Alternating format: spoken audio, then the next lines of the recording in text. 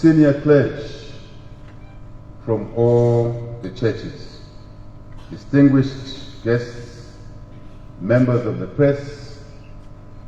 I know one of us has said that, I think it's Bishop Fuller, that we could have been a lot more in attendance. But Bishop, you should be comforted that there are millions watching this service today, this program today, through social media, through technology. Millions were following your homily. Millions were following the wonderful prayers, songs. I'm a creature of songs myself, and I get sucked in. But millions are watching because technology allows that to happen. So we should be comforted about that. Ladies and gentlemen, let me, as I said, continue where others ended who have spoken before me, in song, in prayer, and in the homily from Bishop Fuller. I want to express my gratitude, our gratitude, and a great honor to join the nation in celebrating the declaration of Zambia as a Christian nation. 32 years down the road. It's truly an honor to be given this opportunity, Bishop Mfula, to be the guest of honor. Sometimes we assume that we have a right to be guests of honors in such environment. It is not true. So it's an honor for me, for us in government, to be given this responsibility, this role today. It's a very important role in our country. Let me stress, as a Christian myself, an elder in our church,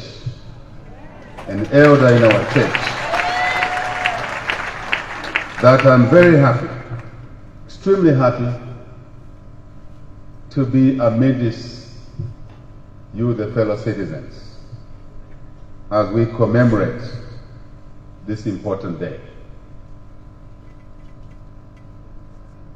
I want to say Zambia should work even harder in the face of adversity, Bishop Fuller, in the face of conflict, in the face of different opinions. We must persevere to preserve the heritage of our country as a Christian nation. Nothing should stand in the way. And you said it so rightly, so correctly here, that when we are resolved and when we work under the shadows of God, there's no need to be afraid. There's really nothing to fear. When we work in unity, there's nothing to fear. This heritage shall be passed on to the generations to come. But it doesn't come easy. We all have to work individually, collectively,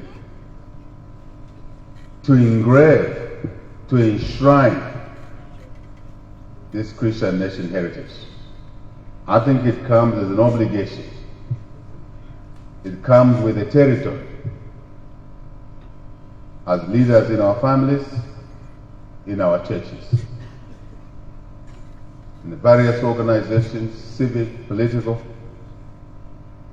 in the leadership of the government. I think it comes as an obligation, as a duty to society, our country, the one we love the most, Zambia.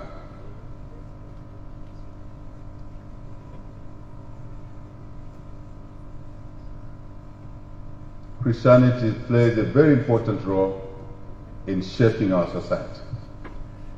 Very important. Sometimes we gloss over this. When we see Zambia peaceful, sometimes we take it for granted. It actually emanates from these Christian values. I must also be candid to say, from our Africanness in us, the African values, the families in which we were raised, emphasizing the issues around respecting each other, loving each other. And I must say, acknowledging that we're diverse, yes. Even in a family, my wife and I have a micro family of 5. Her and myself produce 3 children, biological children. But we have many children who are not biological to us in the extended family. We have uncles, we have nieces, like any one of us here. The country is no different. But we recognize that even the 5 of us are actually different from each other. But we use those differences to achieve, to work together. Where one is weak, another is stronger. Isn't it? Should that be a source of conflict? Should that be a source of conflict? That is the source of deeper unity. The nation is no different. And I want to use this platform to emphasize that point, that differences in height, in our ears, the way we look, differences in the skills that we hold, differences in the way we twist our tongues, if you like, languages, are never and should never be the basis for segregating one against the other. It's as simple as that, isn't it? But we must be conscious of these things, that this is the unity in diversity. This is the way God designed it to be. It's not by accident that we have 72, 73 dialects in our country. We all know that this 73 collapsed into 7. We know. But you see how God works, how great He is. Because each of these elements brings value to the nations. If we don't see it, it's because we're not looking for it. When we look for it, we will see it. Isn't that God's greatness? I really believe that we must cherish who we are. We must love who we are. In our inheritance as a nation. That's the angle I'm coming from on this day.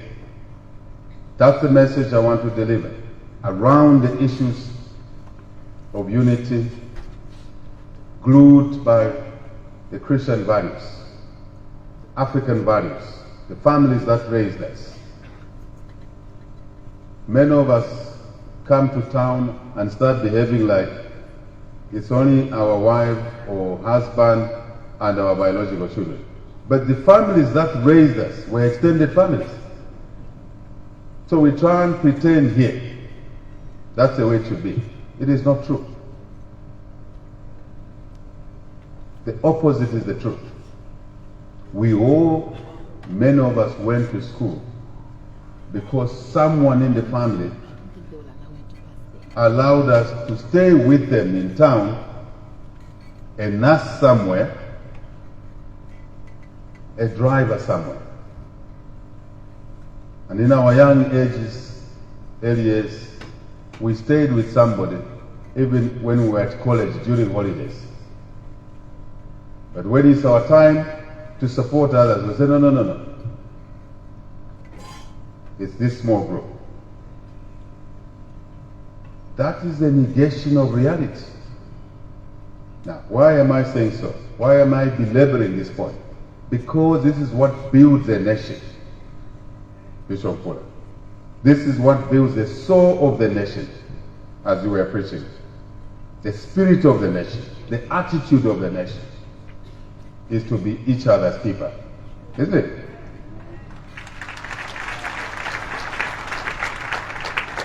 But this is made easier when God is at the center of all of this, isn't it?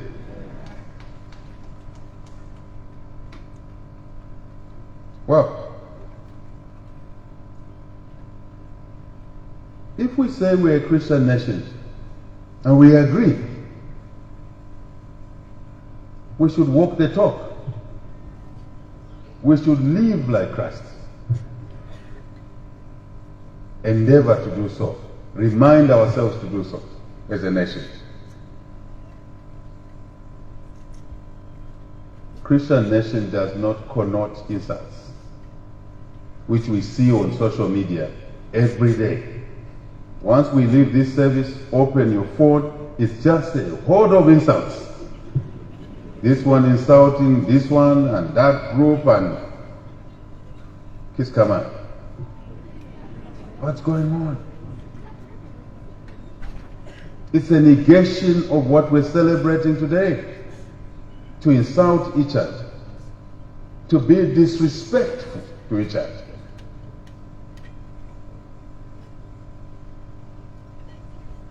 It's a contradiction. To wish others negativity. It's a contradiction to this declaration 32 years back. FTJ, we all loved him and called him FTJ. President Chilo, may his soul rest in peace, made a pronouncement on behalf of all of us. Not on his own behalf, but on behalf of all of us. And we agreed with him.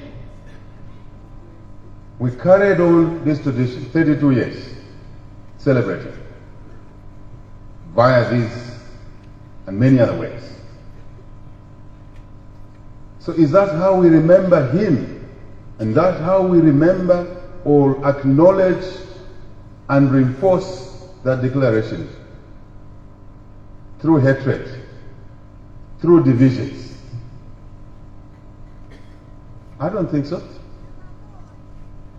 So I'm asking the nation, the soul of the nation, the spirit of the nation, the attitude of the body nation, to reflect today, at least to use this day to reflect how we treat each other. We want to be treated well, we must treat others well. And in this world, there's no secrecy. What you do alone gets to be known by others. Even before you speak it, just the thought about it gets to be known by others. So I ask the nation, our nation, great nation, and I tell my wife and kids every now and then, I said, you know, these public jobs we do, a fellow like me, you agreed for me to do what I'm doing as chief servant of the people of Zambia. It means now, Ndimukaveni, I am married to 20 million husbands. They all want the service from this wife of theirs. Expression. Awe nene mulanda naka. If you're the twa vishiva, tell you about never small. And I am glad today that the country has reinforced that certain things are not Africa. Certain things are not Christian. It does not matter who has said them. I'm afraid they are not acceptable.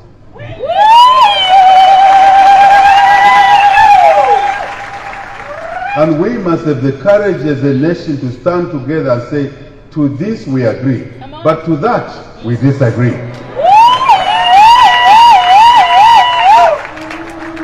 You all know what I'm talking about.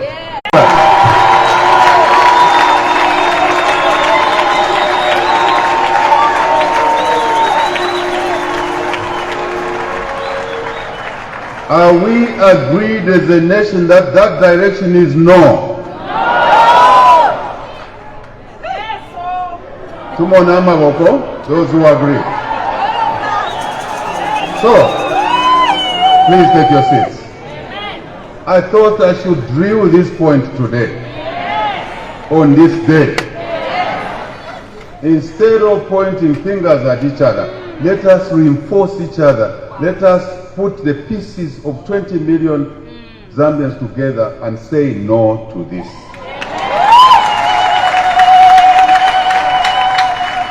I say to a lovely friend who I've known many years from my school days in England, I said, my friend, we are great friends.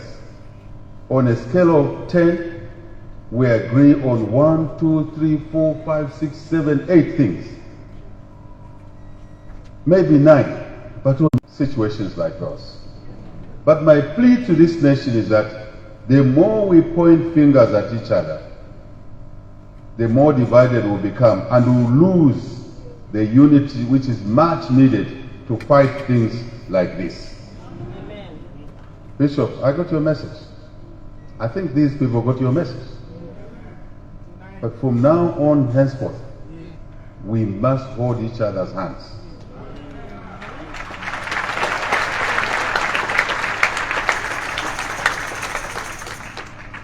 Me, I'm a victim. People say, oh, he is not a Christian. And now, let us exude it. I mean unity.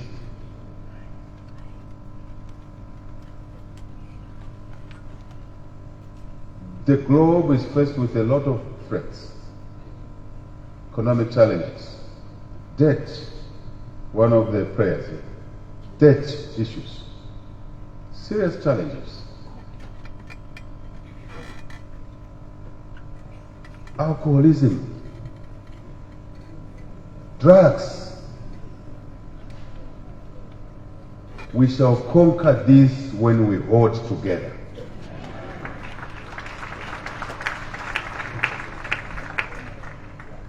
With God leading us all the way. So this celebration must continue every year. Every year.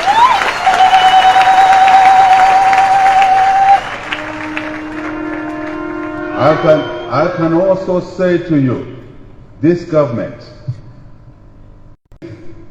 individuals, families, chiefdoms,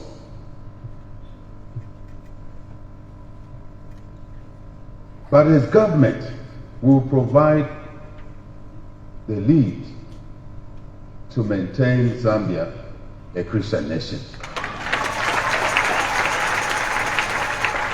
We should pass on this to those that will come after us, and it's their duty to carry on.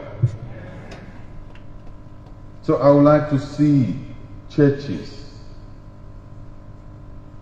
pastors, evangelists, bishops,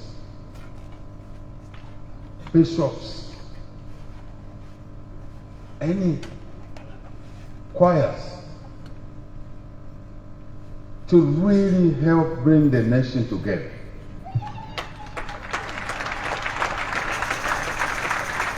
Not symbolically, not sometimes, not conveniently, but as part of our let's preach this. Let's extend the hand of support to each other.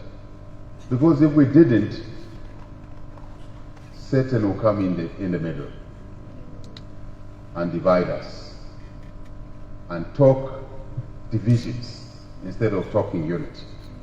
We have a good basis to continue this. We're glad as a government to notice a reinforcement that our churches are being led by men and women of God, but men and women of integrity. Please continue doing so.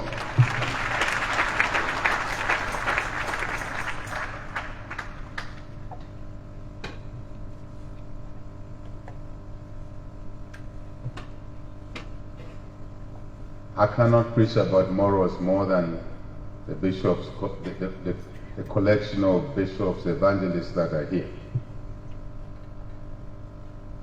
But it is important to remind families that it starts there. It starts in the family. When we see certain behaviors, certain conduct, it means we missed it along the way, especially at an early age. I heard your message amongst many points you raised. That we hand over the power to the children, to the kids in the house, to do what they want, even wrong things at an early age.